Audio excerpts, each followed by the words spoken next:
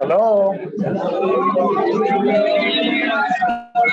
Good evening, कैसे आप सब?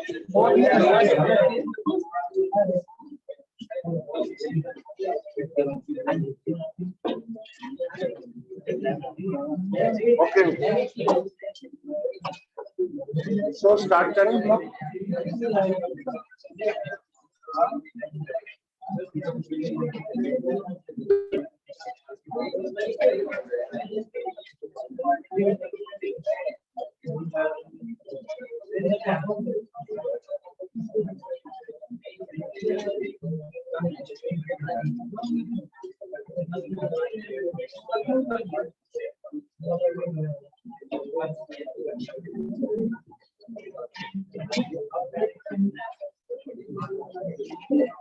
लास्ट टाइम स्टार्ट किया था हम लोगों ने, हार्मोनिक एक्सपेंशन स्टार्ट कर दिया था, कुछ इंट्रोडक्शन वगैरह दिया था, और वो आपको कुछ लॉग में प्रॉब्लम था ऐसा लास्ट टाइम बोल रहे थे। सुनो ना बेटा, इनको थोड़ा लॉग में प्रॉब्लम है, एक आध सम कर दे क्या लॉग से, और आपको भी रिवीजन हो जाएगा, इनको भी समझ में आ जाएगा, ऑनलाइन वालों को भी थोड़ा बेटा चालू करो। डन, बोला कोई सम दे, मैं सॉल्व करके देता हूँ। छोटू छोटू कोई सम दे दे बेटा, मैं सॉल्व करके देता हूँ।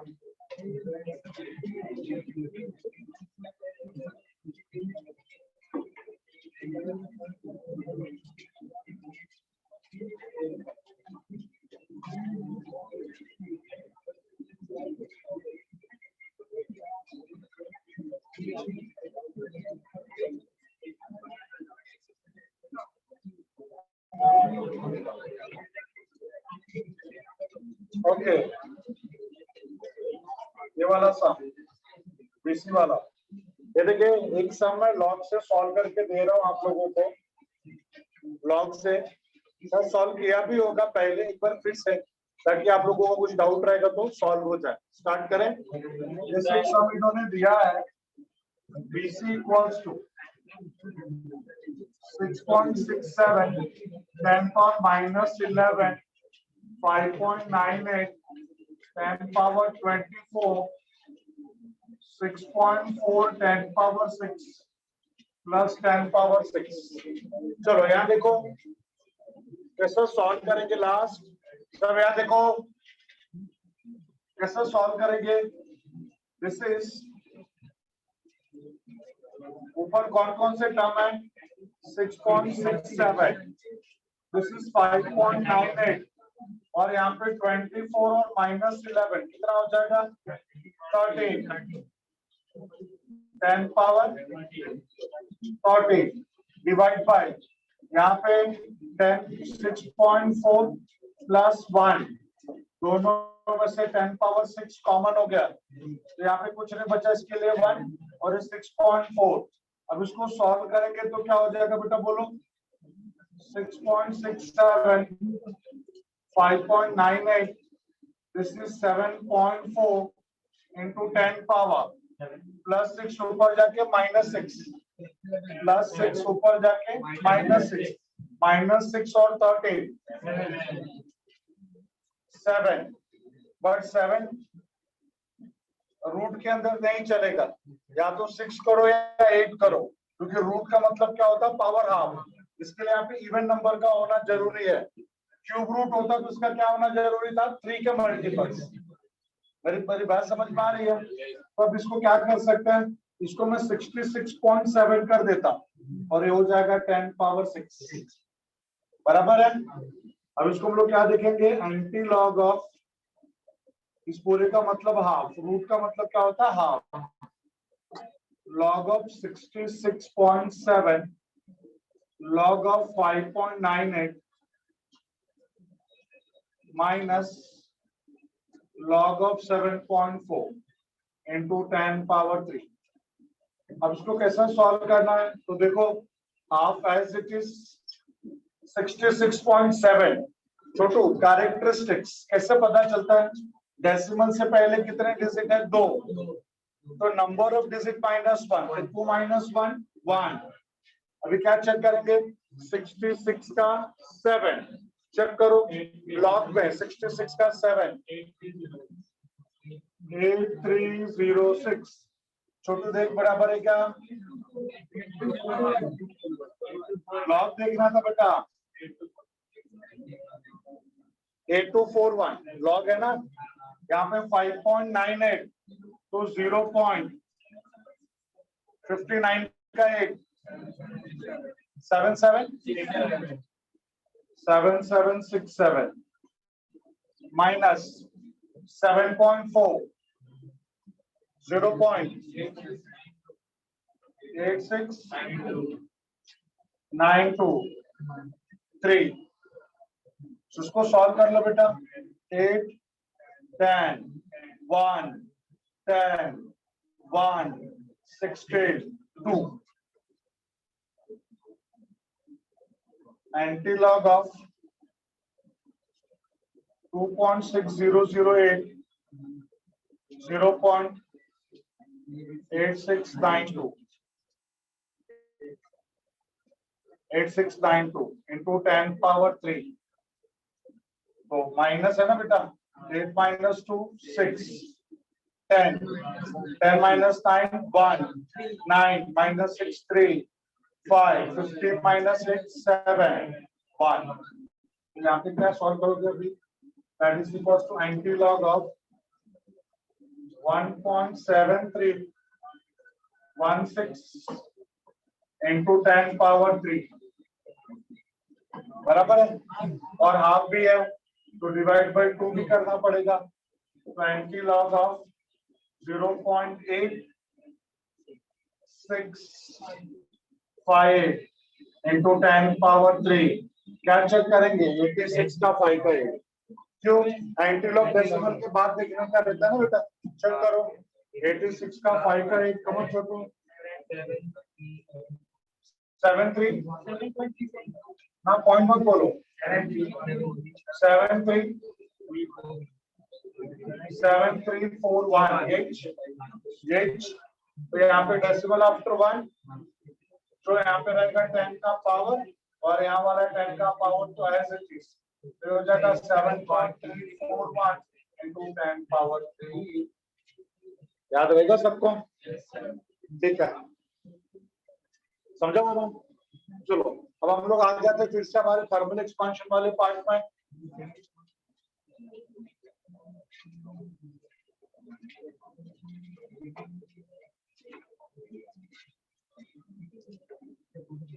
ठीक है तो आज सुबह हम लोगों ने प्रीवॉस थियरी के बारे में ऑलरेडी डिस्कशन किया था याद है कि नहीं प्रीवॉस थियरी क्या कहता है Prevost theory everybody in the universe continuously exchange the heat in the surrounding और ये रीजन है कि बेटा दुनिया का हर एक बॉडी सराउंडिंग के टेम्परेचर को क्या करता है बोलो मेंटेन करता है अगर ज्यादा टेम्परेचर रहेगा तो मेंटेन होके मतलब थोड़ा नॉर्मल हो जाएगा कूल हो जाएगा चिल रहेगा तो थोड़ा वार्म होके नॉर्मल हो जाएगा तो दुनिया का हर एक बॉडी सराउंडिंग के टेम्परेचर को क्या करता है मेंटेन और ये हमारा क्या है प्रीवॉस थियरी इसी को हम प्रीवॉस थियरी बोलते हैं उसी के ऊपर हमने जो 2-4-5 एग्जांपल दिया था क्लियर है अब हम आ जाते हैं मेन पार्ट में यहाँ पे हमारा टॉपिक स्टार्ट कहाँ से होगा यहाँ पे वो जो टेम्परेचर का ये रहता है ना चेंज करने वाला पार्ट वहां से हम लोग स्टार्ट करेंगे बेटा वहां से हम लोग स्टार्ट करेंगे जैसे डिग्री सेल्सियस है फ़ारेनहाइट है क्या ये केल्विन है कैसे कन्वर्ट करते हैं उसके ऊपर 2-4 नीट और जी में आए हुए सम्स करेंगे फिर हम लोग आ जाएंगे जो केमिस्ट्री में आप लोगों ने ऑलरेडी पढ़ा है अंडाज लॉ पढ़ा है ना बॉयल्स लॉ पढ़ा है ना केमिस्ट्री में Boyle's law Charles law Gay-Lussac's law उन तीनों के ऊपर आइडियल गैस इक्वेशन तो वो सब हम लोगों को डिराइव करना और देन हम आ जाएंगे प्रॉपर इस टॉपिक में दैट इज एक्सपांशन के बारे में ठीक है थर्मल एक्सपांशन का सॉलिड का एक्सपांशन लिक्विड का एक्सपांशन गैसेस का एक्सपांशन ये सारा पार्ट पढ़ेंगे उनके बीच का रिलेशन पढ़ेंगे ठीक है तो स्टेप बाय स्टेप जाते हैं एक स्केल दे दो मुझे लाइन मारना है यहाँ लाइन मारूंगा यहाँ मन में पाप भरा रहता है वो वाला है दूसरा वाला ट्रांसपेरेंट वाला है इससे लाइन मारने को नहीं जमता किसको बोल रहा है ना वो? ठीक है चलो, ए डायग्राम ये देखिए, झाड़ बना रहे, दिखा रहे सबको, दिखा।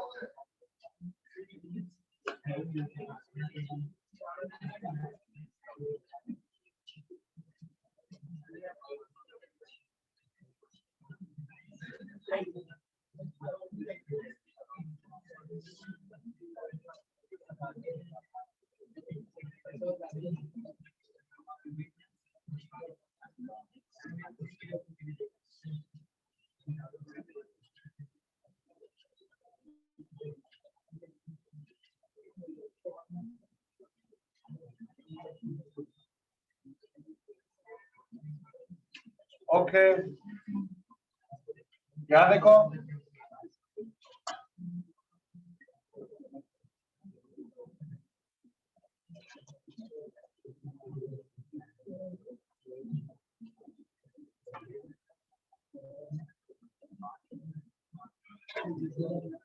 सबसे पहले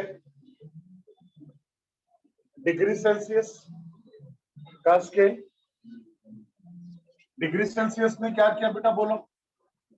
उन्होंने देखा जो हमारा वाटर है, वाटर वो कौन से टेम्परेचर पे फ्रीज हो जाता है, मतलब आइस में कन्वर्ट हो जाता है, उसको उन्होंने नाम दे दिया 0 डिग्री सेल्सियस। और जिस टेम्परेचर पे हमारा जो वाटर है वो बॉईल हो जाता है, उसको उन्होंने नाम दे दिया 100 डिग्री सेल्सियस। और इसके बीच में हमारा क्या फॉर्म हो जाता है बेटा, बोलो? थर्मोमीटर। तो यहाँ पे आ गया 0 डिग्री सेल्सियस, यहाँ पर आ गया 100 डिग्री सेल्सियस। और इसके बीच में कितने डिविजन्स आ जाएंगे बेटा, बोलो? How many divisions? ये आ गया 100 डिविजन्स। और एक डिवीजन में कितना? 1 डिग्री सेल्सियस। इस तरह से बेटा वो थर्मोमीटर्स का स्केल आ गया। फिर इनके ही भाई थे केल्विन। आपके मन में क्वेश्चन आना चाहिए था कि सर उन्होंने वाटर ही क्यों लिया, बाकी सब लोगों ने क्या पाप किया था? ये नाइंसाफी है ना। वाटर जिस पे फ्रीज हो गया 0 बोल दिया, वाटर जिस पे बॉईल हो गया 100 बोल दिया, बाकी लोगों ने सर क्या पाप किया था? वाटर ही क्यों लिया उन्होंने? बेटा इसका एक रीजन है, 10th स्टैंडर्ड में पढ़ा भी था हम लोगों ने, नहीं पढ़ा तो मैं बता दूं। वाटर का स्पेसिफिक हीट सबसे ज्यादा होता है। स्पेसिफिक हीट का मतलब होता है heat storage capacity. Heat storage capacity जितना वाटर के अंदर होता है उतना किसी के अंदर नहीं होता। ये लास्ट लास्ट स्टैंड स्टैंड बेटा अभी मैंने क्या बोला ना? हाँ वो तो मैंने क्वेश्चन पूछा था, उसका आंसर क्या बताया? वाटर ही क्यों लिया? वाटर मतलब H2O, पानी।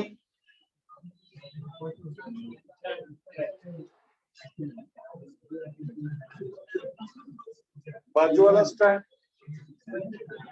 हाँ बोल, जल्दी बोल, टाइम वेस्ट मत कर बेटा, इतने सारे बच्चों का टाइम वेस्ट मत करो।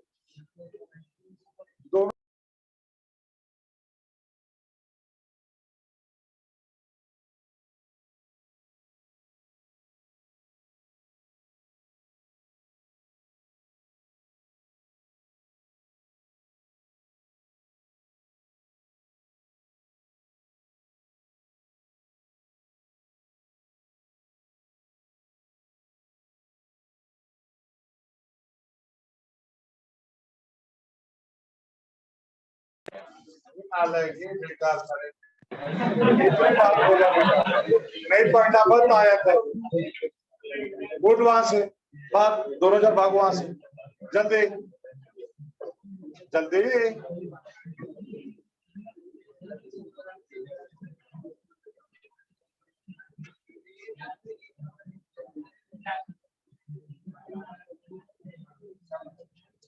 ओके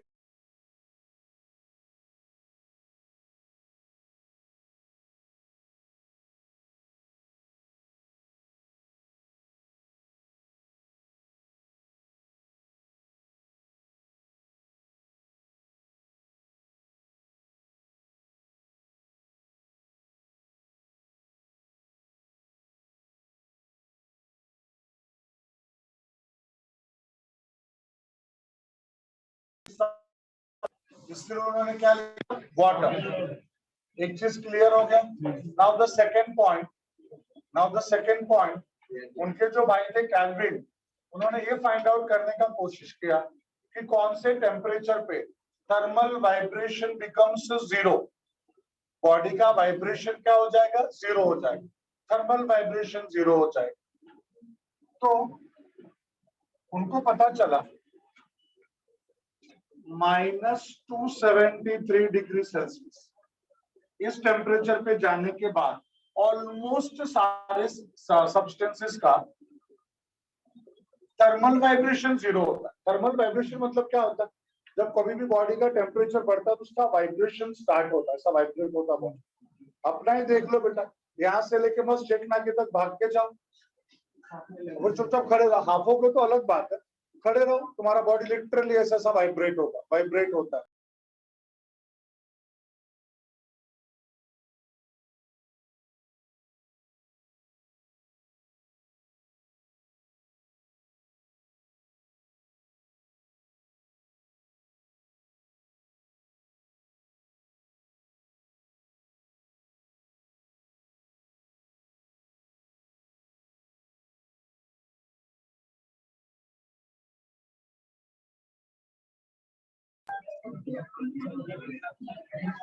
ओके सुनो सब,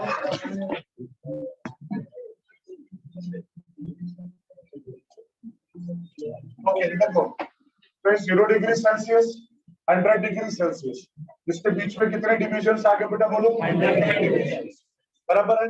केल्विन का मैं बता रहा था ना, हम लोग भागेंगे तो हमारा बॉडी वार्म हो जाता है, वार्म होगा तो हमारी बॉडी का वाइब्रेशन बढ़ेगा। इसको किसकी वजह से हो रहा है, हीट की वजह से। तुम्हारा व्हीकल है बेटा, एक जगह पे खड़ा रहता है, तुम्हारा 4 व्हीलर 2 व्हीलर, जब 2-4-10 किलोमीटर चला लोगे वो बॉडी गर्म हो जाता है कि नहीं, वार्म हो जाता है कि नहीं, क्यों वार्म हो जाता है, मोशन की वजह से बेटा, उसके अंदर वाइब्रेशन होता है। एक्चुअली मोशन की वजह से वाइब्रेशन, मोशन हो तो फ्रिक्शन भी तो है। और थोड़ी देर के लिए बेटा, थोड़ी देर के लिए सिर्फ अपने दोनों पाम को ऐसे रब करो ना, देखो वार्म हो जाता है। थोड़ी देर ऐसा रब किया तो वार्म हो गया।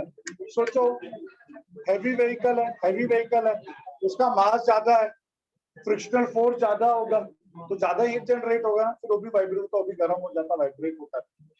और भी एग्जांपल दिया था, घर पे जाओगे, मम्मी खाना पकाने के लिए कुछ रखता है, समझो स्टील का बर्तन होगा तो मत हाथ लगाना, ये तो जला के आओगे, सर देखो क्या बोला था, ऐसा नहीं। एल्यूमिनियम वगैरह का बर्तन है, मम्मा खाना पकाने के लिए कुछ रख के आग पे रखते हैं, आग पे रखने से पहले उस बर्तन को सब छू के देखो, लिटर 1 मिनट के बाद फिर से उस बर्तन को छू के देखो, स्टील होगा तो तुमको चटका लगेगा, एल्यूमिनियम का होगा तो तुमको कुछ प्रॉब्लम नहीं होगा, और छूओगे ना तुमको पता चलेगा वो वाइब्रेट हो रहा है।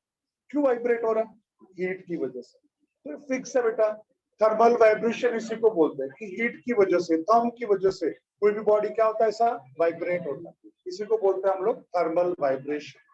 याद रहेगा सबको मैं क्या बोल रहा हूँ, ठीक है। अब यहाँ देखो बेटा, उन्होंने क्या फाइंड आउट करने का कोशिश किया कि कौन से टेम्परेचर पे थर्मल वाइब्रेशन क्या हो जाएगा, जीरो। तो उनको क्या पता चला, -273 डिग्री सेल्सियस पे ऑलमोस्ट सारे सब्सटेंसेस का थर्मल वाइब्रेशन क्या होगा, जीरो। और उसको इन्होंने नाम दिया जीरो केल्विन, बोले तो एब्सोल्यूट जीरो टेम्परेचर, इसको बोलते हैं absolute zero temperature, absolute zero temperature, zero kelvin, absolute zero temperature. और जैसे यहाँ पे बेटा क्या हो गया, 273 डिवीजन, हम नीचे आए कि नहीं, 0 से -273 डिवीजन नीचे आए, उधर कितना है 273 डिवीजन, तो यहाँ पर भी कितने हो जाएंगे बोलो, वही 273 डिवीजन, 273 डिवीजन। और यहाँ पे क्या है, जीरो, तो यहाँ पे क्या हो जाएगा 273 कैलोरी, 273 कैलोरी। और जैसे यहाँ पे 100 डिविजन्स है, वैसे यहाँ पर भी कितने हो जाएंगे बेटा बोलो, 100 डिविजन्स, 100 डिविजन्स। और यहाँ पे कितना हो जाएगा 373 कैलोरी। मेरा बात सबको समझ में आ रहा है बेटा मैं क्या बोल रहा हूँ? मतलब क्या कन्वर्जन फैक्टर हो गया इन दोनों के बीच में कि अगर x डिग्री सेल्सियस है तो उसमें +273 कर दो और किस पे कन्वर्ट हो जाएगा? केल्विन। 0 डिग्री सेल्सियस ही 273 केल्विन हो गया ना। एक स्टेप ऊपर जाओ 1 डिग्री, तो इधर भी एक स्टेप ऊपर जाओ तो 274। अगर यहाँ पे 10 डिवीजन ऊपर गए 10 डिग्री सेल्सियस, तो यहाँ पे 10 ऊपर जाएगा तो क्या हो जाएगा? मतलब जो भी डिग्री सेल्सियस में दिया उस पर +273 करोगे तो केल्विन। और अगर केल्विन में दिया है तो उस x में से 273 माइनस कर दोगे तो क्या हो जाएगा? Degree Celsius. तो डिग्री सेल्सियस का केल्विन और केल्विन का डिग्री सेल्सियस। मेरी बात सबको समझ में आई बेटा मैंने क्या बोला? पक्का सबको समझा है? दूसरा फ़ारेनहाइट का क्या है बेटा? फ़ारेनहाइट जो हम लोगों का टेम्परेचर मेजर होता है ना, जब हमको फीवर होता है, और आजकल देखो किसी भी सोसाइटी में घुसते हैं ना सर पे गन लगा देते हो, पता है ना? हाँ, वो तब बोलते हैं ना जब तेरा बॉडी ज्यादा गर्म रहता है तब बाहर निकालते हो लोग, या घर उसमें नहीं आने देते भाई। हम लोग सस्पेक्ट हो जाते हैं ना, कोरोना लेके तो नहीं आया कम से कम, पॉइंट है। तो वो क्या टेम्परेचर है? तो वो लोग जनरली ना जब हमारा फीवर बहुत ज्यादा होता है तो क्या बोलते हैं? अरे इसको 104 फ़ारेनहाइट। हम लोग गलती से क्या बोलते हैं? 104 डिग्री बुखार। 104 डिग्री मतलब समझ रहा बेटा, जल जाएंगे अंदर से। हमारा वाटर है ना, वाटर जो बहुत ज्यादा हीट स्टोर कर सकता है उसकी भी सहन शक्ति 100 डिग्री सेल्सियस पे खत्म हो जाती है। 100 डिग्री सेल्सियस का के बाद वाला हीट वो बर्दाश्त नहीं कर पाता और बॉयल होने लगता। तो हम लोगों का अगर बॉडी का टेम्परेचर 104 डिग्री होगा तो अंदर से जल के कोयला हो जाएंगे हम लोग, आया ना? तो उतना नहीं होता, तो 104 फ़ारेनहाइट होता चाहिए। तो हम उसको क्या करेंगे बेटा बोलो? डिग्री सेल्सियस में कैलकुलेट करके देखेंगे कितना होता है, चेक करेंगे थोड़ी देर के बाद। एक कितना होता है बेटा बोल? जैसे 0 डिग्री सेल्सियस है तो कितना होता है? 32 फ़ारेनहाइट। कितना होता है बोलो? 32 फ़ारेनहाइट। और जैसे यहाँ पे कितने डिविजन है? 100। उस सेम जगह में इसके कितने डिविजन होते हैं बेटा बोलो? 180 डिविजन। कितने होते हैं बोलो? 180 डिविजन होते हैं। अब 32 में 180 ऐड करेंगे तो कितना हो जाएगा? 212 फ़ारेनहाइट। मतलब जितने स्पेस में इसका 100 डिग्री सेल्सियस है उतने स्पेस में इसके कितने हैं? 180। पॉइंट समझ में आ रहा है बेटा? तो ये हो गया हमारा स्केल। अब इन दोनों में अगर रिलेशन चाहिए तो रिलेशन कैसे आएगा? जरा ध्यान से देखो। यहाँ पे कोई भी टेम्परेचर अगर हम लोग लेते हैं, कोई भी टेम्परेचर, तो किसमें रहेगा? डिग्री सेल्सियस में। उसको मैं कैसा लिखता हूँ? T डिग्री सेल्सियस माइनस इसके बेस पे क्या टेम्परेचर है, तो यहाँ पे लिख देंगे 0 अपॉन कितने डिविजन है? 100 इक्वल्स टू, यहाँ पे कोई भी टेम्परेचर किसमें रहेगा बेटा बोलो? फ़ारेनहाइट में F माइनस यहाँ पे क्या टेम्परेचर है? 32 डिवाइड बाय कितने डिविजन है? 180। तो 10 से 10 कैंसिल, 2 5 सा 2 9 सा, तो T अपॉन 5 तो में 0 रहेगा ना, तो 0 लिख के मतलब T upon 5 F minus 32 divide by 9। ये हो गया हमारा फॉर्मूला। अगर कोई भी टेम्परेचर डिग्री सेल्सियस में दिया है उसका वैल्यू यहाँ पे रखो तो फ़ारेनहाइट में वैल्यू आ जाए। अगर कोई भी टेम्परेचर फ़ारेनहाइट में दिया है डिग्री सेल्सियस में उसका आंसर आएगा। जैसे यहीं पे एक एग्जांपल हम लोग करने वाले हैं। लोग बोलते हैं कितना टेम्परेचर दिया बेटा बोलो? 104 फ़ारेनहाइट। मुझे उसको कन्वर्ट करना डिग्री सेल्सियस पे, तो क्या फॉर्मूला? वही 3/5 F माइनस 32 डिवाइड बाई 9। तो T है, 5 बोलो 5 है, 5 तो 5 है। F बोले तो 104 minus 32 divide by 9। So T upon 5 equals to 104 minus 32. कितना? 70 divide by 9. T upon 5 8/1 और क्या हो जाएगा बेटा बोलो, T equals to 40। मतलब अगर 40 डिग्री सेल्सियस है ना, मतलब हमको बहुत ज्यादा बुखार है बेटा। 104 मतलब हाई टेम्परेचर माना जाता है, बराबर है कि नहीं? तो अगर 104 फ़ारेनहाइट मतलब वो कितना डिग्री सेल्सियस है? 40। मेरा ये बात सबको समझ में आ रहा है? वो लोग पता है ना 95 96 तक रहेगा ना तो लोग कुछ बोलते नहीं है, जाओ भाई। एक्चुअली 92 93, लेकिन हम लोग धूप में से आए तो 95 तक कभी कभी दिखाता है। अगर 96 97 गया ना वो हमको बाहर कर देते हैं, फिर सोसाइटी में आजकल नहीं लेते हमको, उनको ऐसा सस्पेक्ट हो जाते हैं हम लोग भाई हमको कोरोना है करके, टेम्परेचर ज्यादा है। मेरा बात सबको समझ में आ रहा है? तो ये है हमारा कन्वर्जन फैक्टर्स। एक बात बताऊं और आप लोगों को, एक सिंपल सी बात, जैसे हम लोग एक इन जनरल बात कर रहा हूँ, ये सिलेबस से हटके थोड़ा पॉइंट है। आज हम लोग बोलते हैं ग्लोबल वार्मिंग की बात करते हैं। ग्लोबल वार्मिंग क्या है बेटा? ग्लोबल वार्मिंग क्या है? आज से 10 साल पहले, 10 साल पहले अगर हमारा टेम्परेचर 35 क्रॉस होता था, बाप रे कितनी गर्मी है, ऐसी बातें होती। बेटा आजकल गर्मी के दिनों में हमारे महाराष्ट्र का टेम्परेचर 42 43 चला जाता है, रेगिस्तान वगैरह में 45 तक पहुंच जाता है टेम्परेचर। ये 45 का मतलब समझ रहे बेटा, जो हमारा सबसे ज्यादा हाई फीवर है ना हमारे बॉडी का टेम्परेचर 102, और उसके लिए टेम्परेचर कितना है? 40। सोचो बेटा हमारे सराउंडिंग का टेम्परेचर अगर 42 है तो क्या हमारे बॉडी का टेम्परेचर 42 नहीं रहेगा? मतलब हर नॉर्मल आदमी के बॉडी का टेम्परेचर हाई फीवर से भी ज्यादा टेम्परेचर पे रहता है। कब? गर्मी के दिन। ये है ग्लोबल वार्मिंग का इफेक्ट। हम जब बहुत ज्यादा बुखार में रहेंगे ना, उस समय पे हमारी बॉडी का जितना टेम्परेचर होना चाहिए उससे ज्यादा टेम्परेचर नॉर्मल लोगों को है। कब? गर्मी के दिनों में। क्यों? क्योंकि सराउंडिंग का टेम्परेचर 42 तक पहुंच जाए। सराउंडिंग का टेम्परेचर 42 का तो हमारा तो 42 होगा ही ना बाबू। क्यों? आज ही हम लोगों ने डिस्कस किया, हर एक बॉडी किसको मेंटेन करता है? सराउंडिंग। अगर सराउंडिंग का टेम्परेचर 42 तो हमारा भी 42। मेरा बात सबको समझ में आ रहा है बेटा? मैं क्या बोल रहा हूँ? तो ये है इसका एक छोटा सा एग्जाम्पल। तो आप लोग ना ये पूरा छाप लो, फिर एक दो क्वेश्चन में बोलता हूँ, जरा आप लोग सॉल्व करके दिखाओ ना मुझे। कमन कमन बाबू जल्दी से छापो इसको।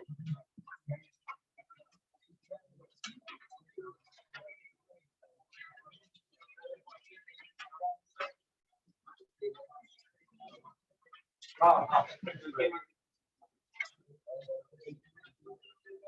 कहाँ रख दिया? कुछ नहीं, अभी वो देना, अभी मार्केट में किसके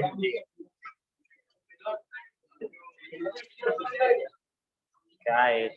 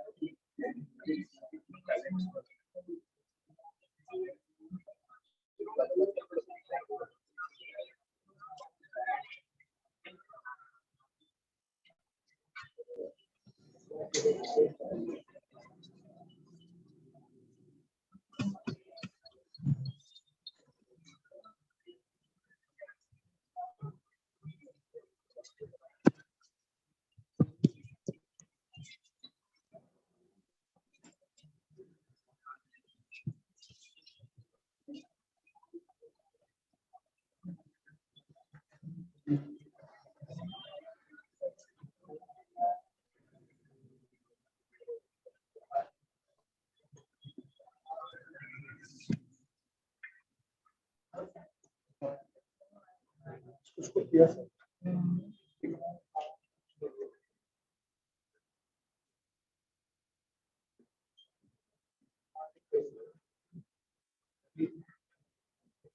क्या बोल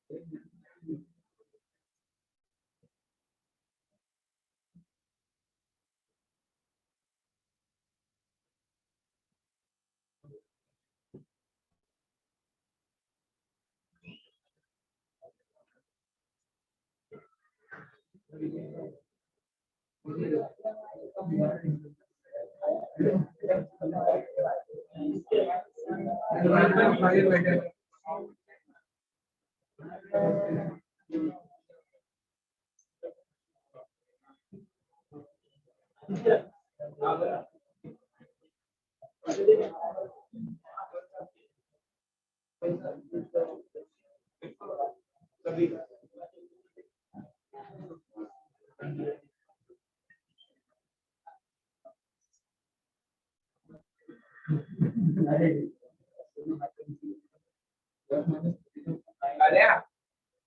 पीछे मारना है नामी स्टाइल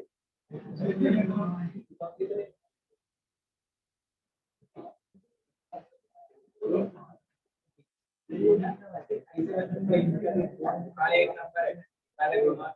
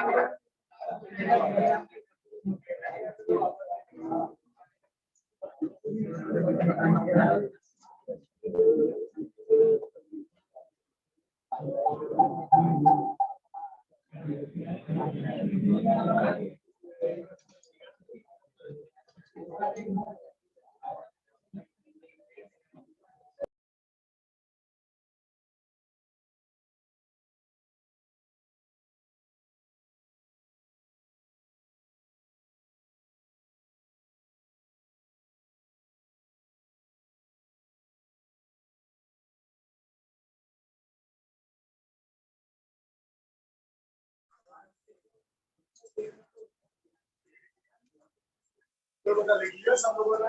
अच्छा एक काम करोगे आप सब? हाँ आप लोग जैसे यहाँ का टेम्परेचर पता है, यहाँ का टेम्परेचर पता है, यहाँ का टेम्परेचर निकाल सकते हैं? मेरा पॉइंट समझे मैंने क्या बोला? इसका टॉप पता है, मिडल पता है, टॉप पता है, मिडल पता है, टॉप पता है, मिडल पता है। इन दोनों का बॉटम का भी टेम्परेचर पता है, बट यहाँ का टेम्परेचर नहीं पता है ना। निकाल सकते हो आप लोग? अभी क्या भी दिया 2 मिनट, कम ऑन जरा फाइंड आउट करके बताओ यहाँ का टेम्परेचर क्या होगा। यस, यहाँ का टेम्परेचर फाइंड आउट करो, क्या होना चाहिए। ये भी पूछना चाहते हो क्या कौन सा फॉर्मूला लगेगा? अरे अपना तरफ भेजा लगाओ।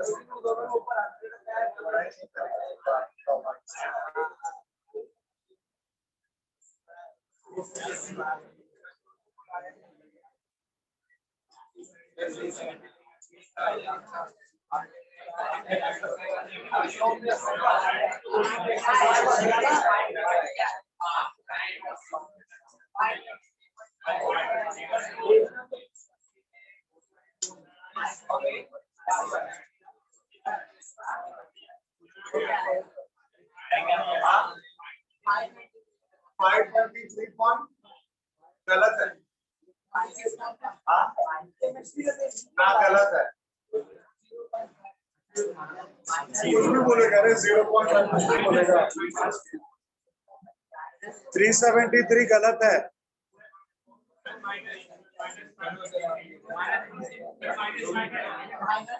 हाँ -5 गलत। अरे हेलो, क्या सोच रहे हो इतना? बेटा इससे और इन दोनों का रिलेशन तो पता है ना, इन दोनों का रिलेशन इससे आएगा ना। तो यहाँ का टेम्परेचर तुझे पता है -273, तो यहाँ पर लिख दो -273। A unknown, A B known, A B known, सिर्फ एफ ही अननोन रहेगा ना, एफ का वैल्यू आ जाएगा, सिंपल। वही किया। तो जरा ध्यान से करो, आंसर आएगा बेटा।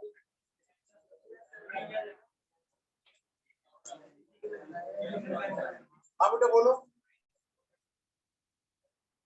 थोड़ा क्लोज है, क्लोज है, गलत है तेरा आंसर। सिर्फ 34 ना। सिंपल मैथ्स का कैलकुलेशन होता है।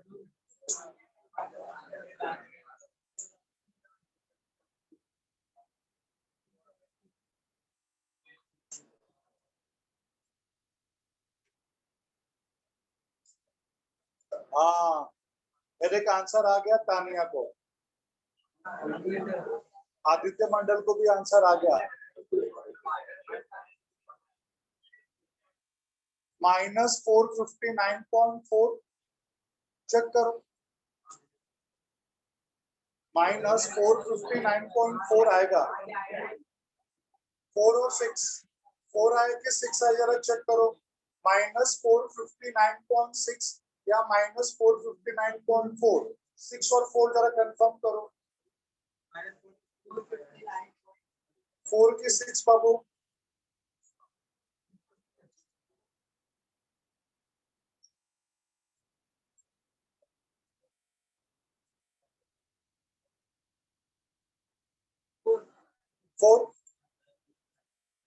इसमें आया माइनस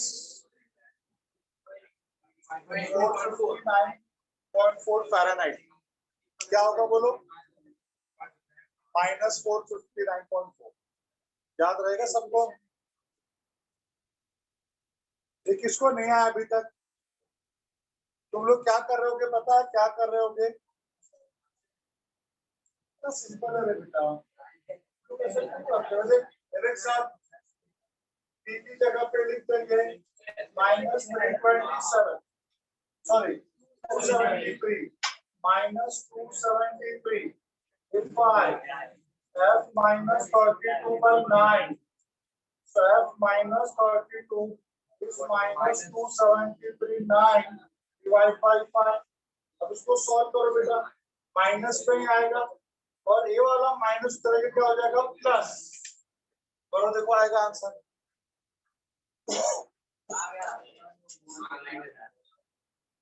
Got it now? सबको आया अच्छे से आंसर?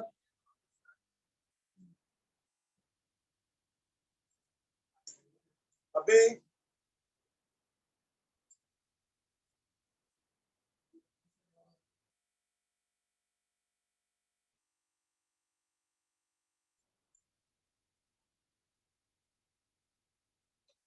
एक और सम बोलूं सॉल्व करोगे? हाँ ये नीट में आया है 4 मार्क के लिए बोलता है विच टेम्परेचर सुनो ध्यान से which temperature is same in Fahrenheit and degree Celsius scale ये दोनों स्केल में कौन सा टेम्परेचर सेम रहेगा? Which temperature remains the same in Fahrenheit और डिग्री सेल्सियस कैसे? तो यहाँ पर भी सॉल्व करो which temperature remains the same in Fahrenheit and degree Celsius scale कौन सा टेम्परेचर दोनों एकदम सही आंसर दिया इसका -40 ही करेक्ट आंसर है कैसे आएगा चेक करो बेटा इन दोनों को रिलेट करने वाला तो एक ही फॉर्मूला है ना थोड़ा सा सेंस यूज करो आ जाएगा आंसर 2 मिनट के अंदर आंसर आएगा बेटा आया था 4 मार्क के लिए एंट्रेंस में कम ऑन डू इट थोड़ा सा दिमाग लगाओ बेटा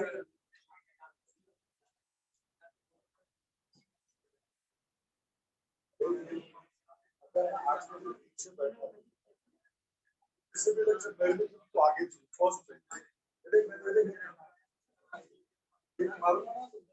सेकंड बोलो फर्स्ट गिरा देगा टीचर फॉर सेकंड गाइड ठीक है अब बोलो -40 कैसे आया अरे क्या करो ये दोनों भी टेम्परेचर सेम ही होना चाहिए ना वही तो उनका कहना है कि कौन सा टेम्परेचर दोनों में सेम है बोल let that temperature be x तो इधर भी x इधर भी x सॉल्व कर लो आंसर आ जाएगा कम ऑन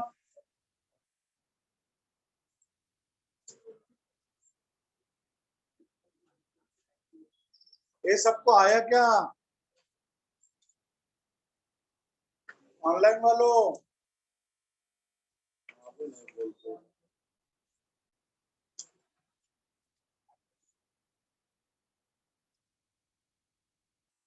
यस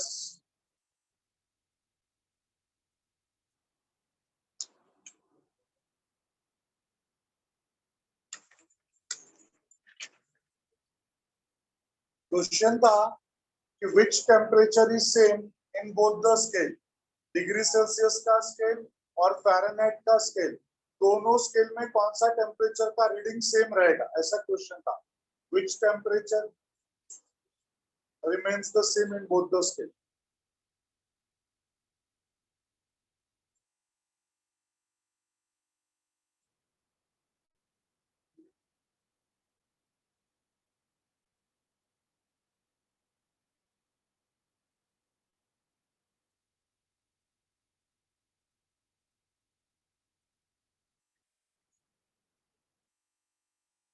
ओके हो गया अभी सब लोग आ जाओ page number 141 page number 141 page number 141 में, पेज नंबर 141 में सम नंबर 8 सम जरा सॉल्व करो सब लोग। 8 का सम सॉल्व करो, 8 वाला। कम ऑन, पेज नंबर 141 पे क्वेश्चन नंबर 8, कम ऑन।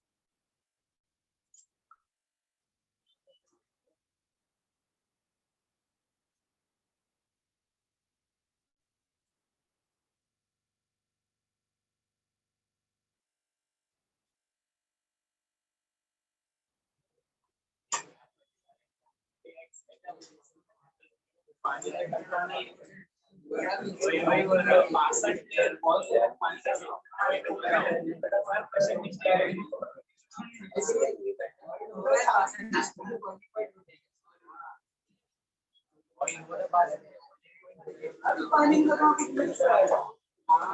अब तो पानी के साथ कुछ मिक्स है।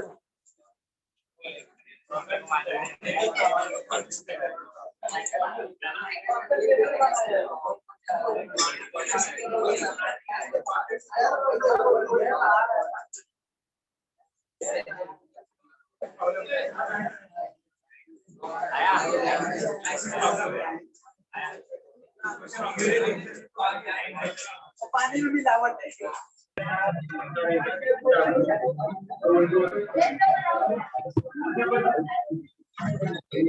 मैं होस्ट हूँ।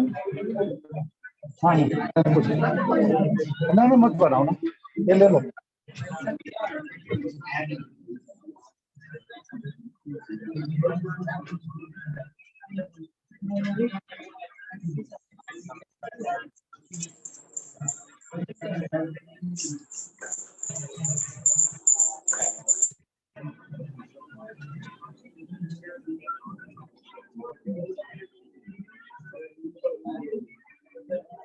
चलो आया क्या 8 वाला सम?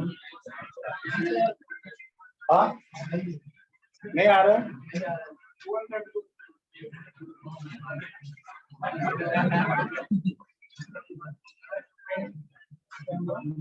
देखो, क्यों ज्यादा दिमाग लगाते हो? जितना बोलो ना, ज्यादा क्यों दिमाग लगाते हो? उन लोगों ने हमको क्या बोला, समझ रहा था बेटा बुद्ध है। ये देखो, सब में वो लोग बोलता है in a random temperature scale x water boils at 200 degree x and freezes at 20 degree Celsius x, sorry 20 degree x. Find the boiling point of the liquid in this scale if boils at 62 degree Celsius. मतलब यहाँ पे जो scale दिया है ना, यहाँ पे जो स्केल दिया है उसमें ऐसा दिया है कि उसका लिक्विड का बॉइलिंग पॉइंट कितना है, 200 यहाँ पे, और फ्रीज किस पे होता है, तो यहाँ पे हो जाएगा 20। ये एक्स वाला स्केल है बेटा, तो 20 और 200 के बीच में कितना डिविजन आएगा, 180 आएगा, बराबर है। अभी यहाँ पे वो टेम्परेचर कितना दिया है, टेम्परेचर कितना दिया है यहाँ पे 62 डिग्री सेल्सियस, 62 डिग्री सेल्सियस। तो सेम यही रहेगा, फॉर्मूला यही रहेगा। देखो यहाँ पे हाईएस्ट कितना है, कोई भी टेम्परेचर किस पर रहेगा, T माइनस बेस पे कितना है 0 डिवाइड बाई कितने डिविजन है 100। अब इसके साथ रिलेट करो, तो इसका कोई भी टेम्परेचर किस पर रहेगा, X माइनस बेस पे कितना है 20 और कितना डिविजन है 180, यही ना, 10 10 छू 10 और 80, तो क्या होगा 80 by 5 x minus 20 divide by 9। तो t कितना दिया, 62 दिया ना, तो t की जगह पे 62 5 x माइनस 20 डिवाइड बाई 9, तो x minus 20 is 62 into 9 divide by 5। Solve करो बेटा, 6 आई थिंक, चेक करो कितना आ रहा है, 62 into 9.5, इसको पहले सॉल्व करो, 62 into 9 डिवाइड बाई 5 ना 111.6, चेक करो 111.6, और ये माइनस 20 उधर जाके क्या हो जाएगा प्लस 20, 116 प्लस 20, तो x is equals to 131.6।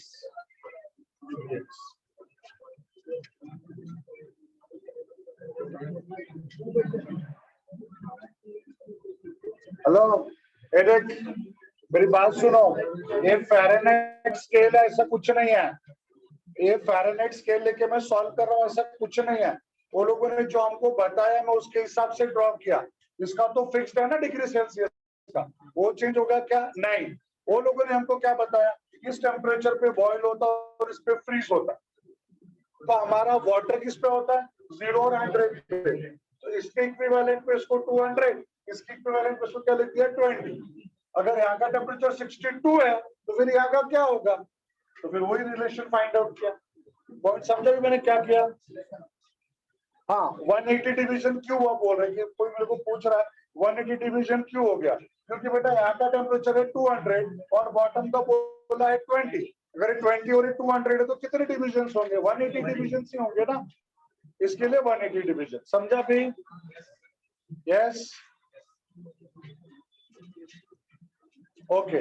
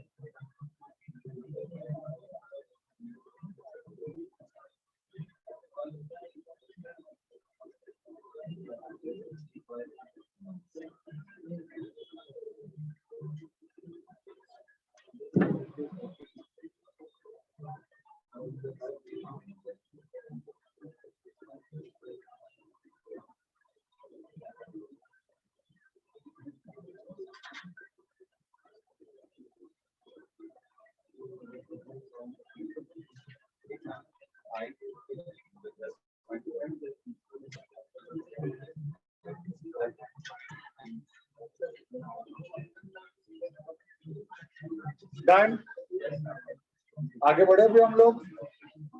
Solve हो गया सबका?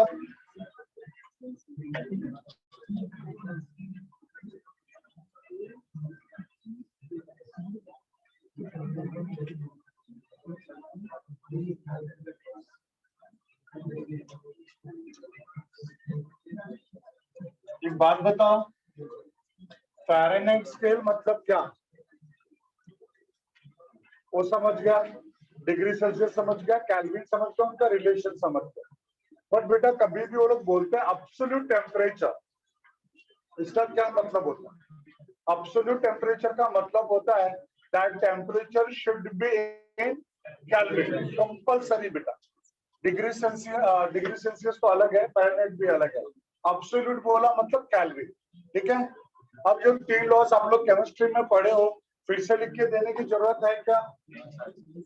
पक्का नहीं है? श्योर? चलो यहाँ देखो, फिर बॉयल्स लॉ, मेन फॉर्मूला लिखता हूँ, स्टेटमेंट लिख के देने का मतलब नहीं है। बॉयल्स लॉ क्या कहता है? Pressure is inversely proportional to volume at constant temperature. तो टी क्या हो गया? कांस्टेंट। ब्रैकेट के बाहर टी लिखा मतलब टी क्या है? कांस्टेंट। तो pressure is inversely proportional to volume and constant temperature.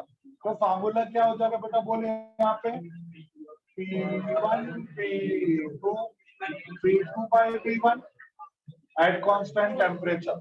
ये हमारा बॉयल्स लॉ हो गया, बराबर है? एकदम सिंपल सा पॉइंट है।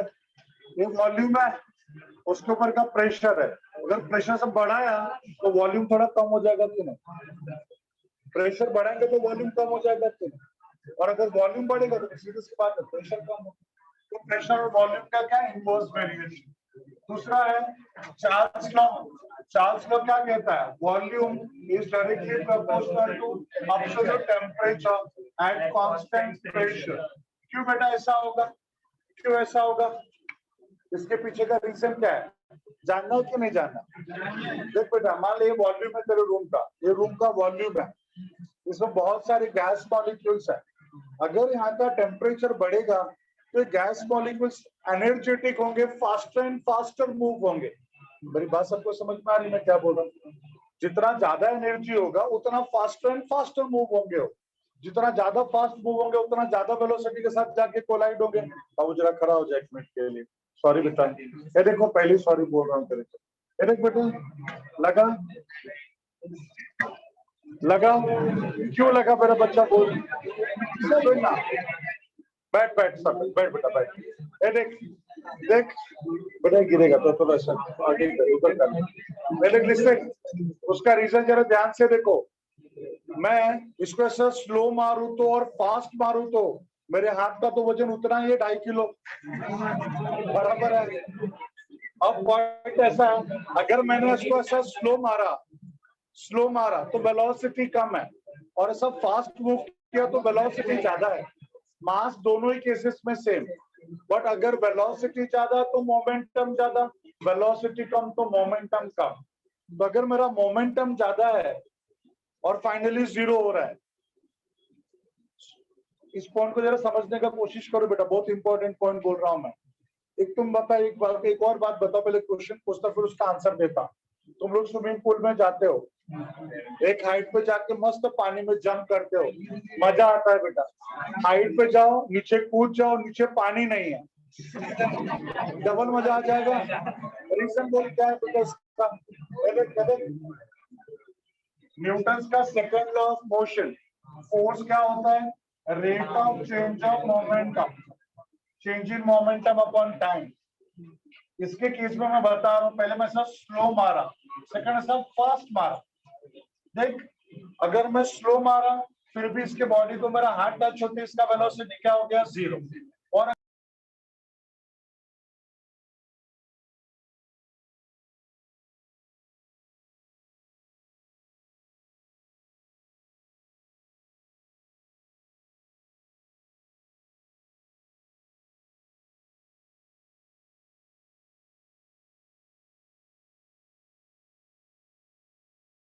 क्या हो जाएगा, बढ़ जाएगा।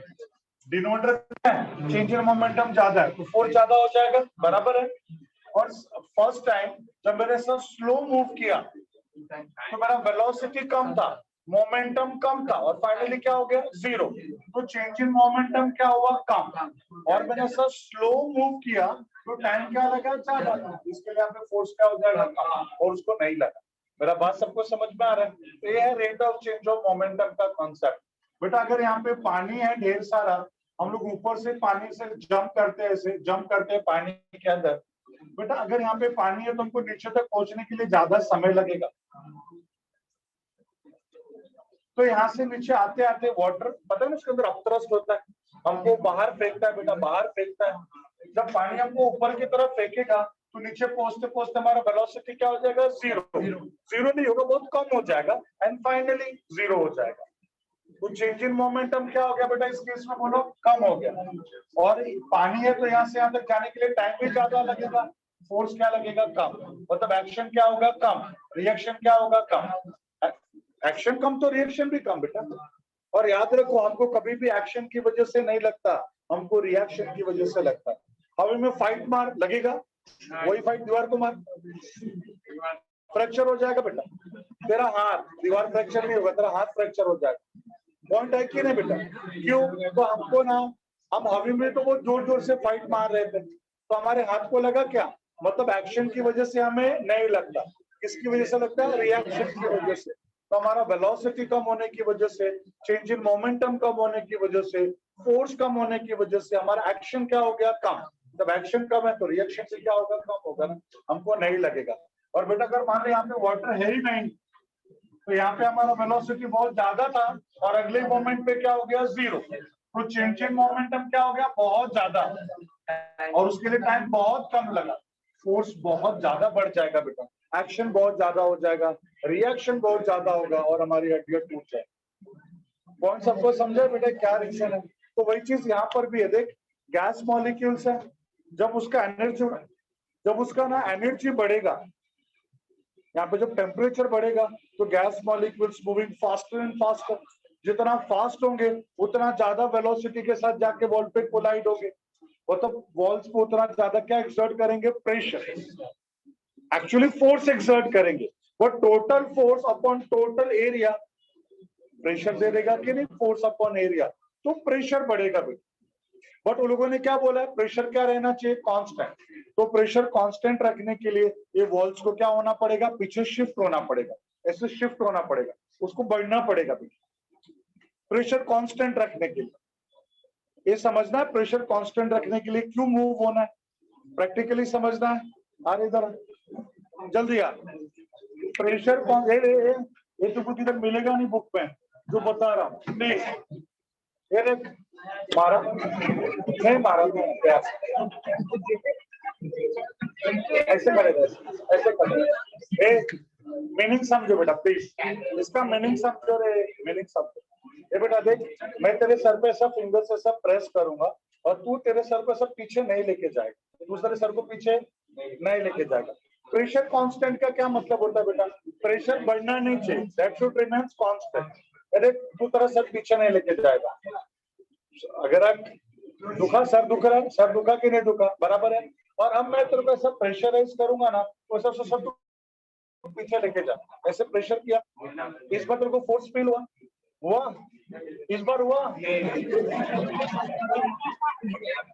एक पॉइंट समझा बेटा मैंने क्या बोला, मतलब ना अगर ये सर को पीछे नहीं लेके जाएगा तो उसके ऊपर क्या बढ़ेगा बेटा, वो प्रेशर बढ़ेगा।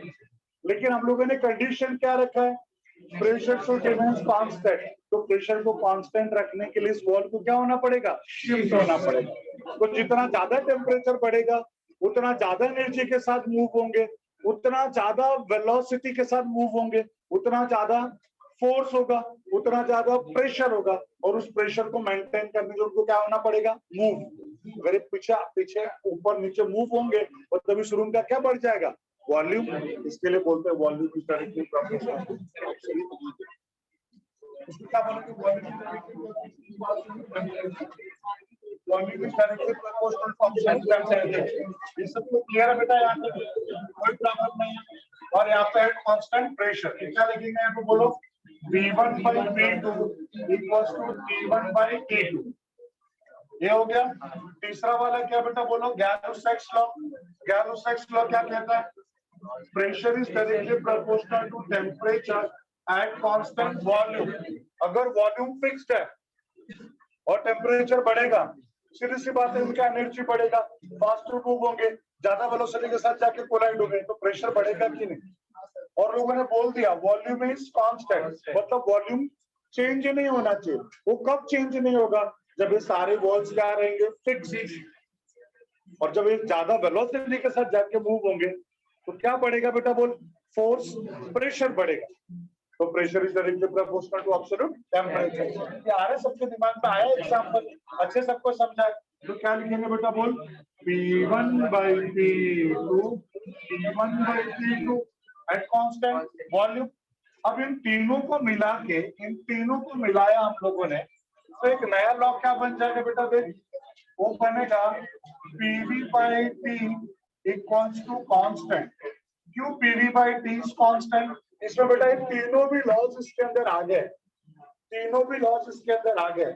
मान लो थोड़ी देर के लिए तुम्हारा टेम्परेचर कांस्टेंट है, इसको लेके चले जाओ यहाँ पे, कांस्टेंट इनटू कांस्टेंट, कांस्टेंट ही रह जाएगा। और यहाँ पे क्या, PV is constant. PV is constant मतलब क्या, दोनों में इनवर्स वेरिएशन है, आया ना, मतलब हमारा बॉयल्स लॉ हो गया। मान लो बेटा वॉल्यूम कांस्टेंट है, तो वॉल्यूम को यहाँ से इधर लेके आ जाओ, कांस्टेंट अपॉन कांस्टेंट, कांस्टेंट ही रह जाएगा। मतलब पी बाई टी कांस्टेंट। जब डिवीजन कांस्टेंट होता मतलब उनके बीच में क्या होता है, डायरेक्ट वेरिएशन। और प्रोडक्ट कांस्टेंट होता मतलब क्या होता है, इनवर्स वेरिएशन। पढ़ा है ना बेटा, तो पी और टी के बीच में डायरेक्ट वेरिएशन हो गया कि नहीं, गैलो-सैक्स लॉ हो गया। और अगर हम बोलते हैं प्रेशर कांस्टेंट है, प्रेशर को दूसरे साइड लेके जाओ, कांस्टेंट अपॉन कांस्टेंट, कांस्टेंट, तो V by T is constant. अगर V by T कांस्टेंट है मतलब V और T के बीच में डायरेक्ट वेरिएशन। तो तीनों भी लॉस आ गए। तब इनके लिए मैं क्या लिखूंगा, PV by T, उस कांस्टेंट का क्या नाम है, R। R is constant, where R is constant called universal gas constant. So PV is equals to RT for n number of moles, PV is equals to NI। यही हमारा ideal gas equation है कि नहीं, यही ideal gas equation है कि नहीं। सबको समझा बेटा मैंने क्या बोला, पक्का सबको समझा सब लोग।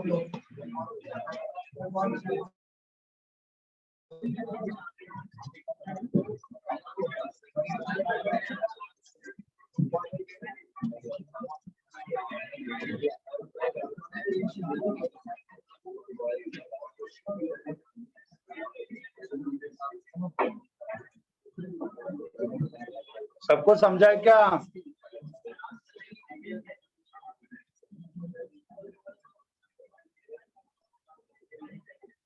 ओके।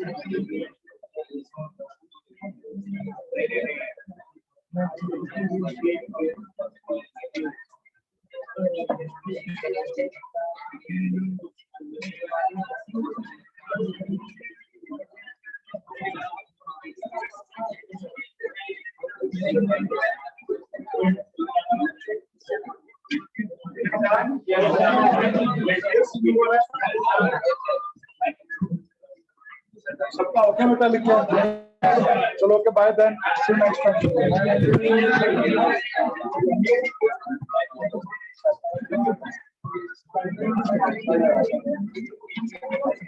टाइम